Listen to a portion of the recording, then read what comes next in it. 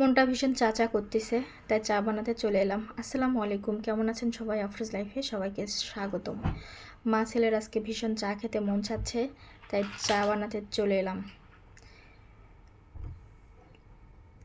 বেশি কিছু দিব না চাতে, আদা আর শুধু তেজপাতা দিয়ে আজকে আমি আমার চাটা বানাবো। তাই বলে যে হচ্ছে চা লিকার দিব না তা না, ওটাও কিন্তু দিব। অনেকেই হয়তো ভাবতেছেন আদা আর তেজপাতা এটাই হয়তো চা আর কিছু না, তা না, সবাই ভুল ভাবতেছেন। এদিকে চার পানিটা আমি বসাই দিয়ে কয়েকটা আলু সেদ্ধ করতে দিব।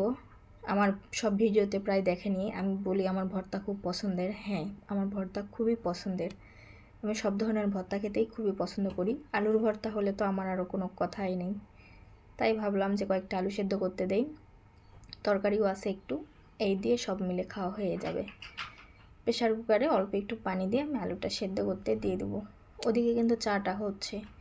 প্রেশার কুকারে আলুটা দিলে কি হয়, তাড়াতাড়ি আলুটা সেদ্ধ হয়ে যায়, এজন্য প্রেশার কুকারে দিয়ে দিলাম। যাই হোক, এবার চাতে ফিরে আসি। চা বানাইতে বানাইতে কারেন্ট চলে গেছে, তারপর চুলায় দিয়ে দিলাম। চুলায় যে চিনিও দিয়ে দিলাম।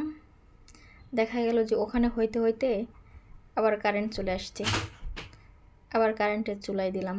ফাইনালি আমার চা বানানো হয়ে গেছে। এখন চাটা সেকে নিয়ে মা ছেলে খেতে বসবো। আমার ছেলে আবার লাল চা খেতে খুব পছন্দ করে, এই জন্য লাল চাই বানিয়ে ফেললাম। বানানো শেষ হয়ে গেছে, এখন আলু সেদ্ধটা উঠাই দিলাম।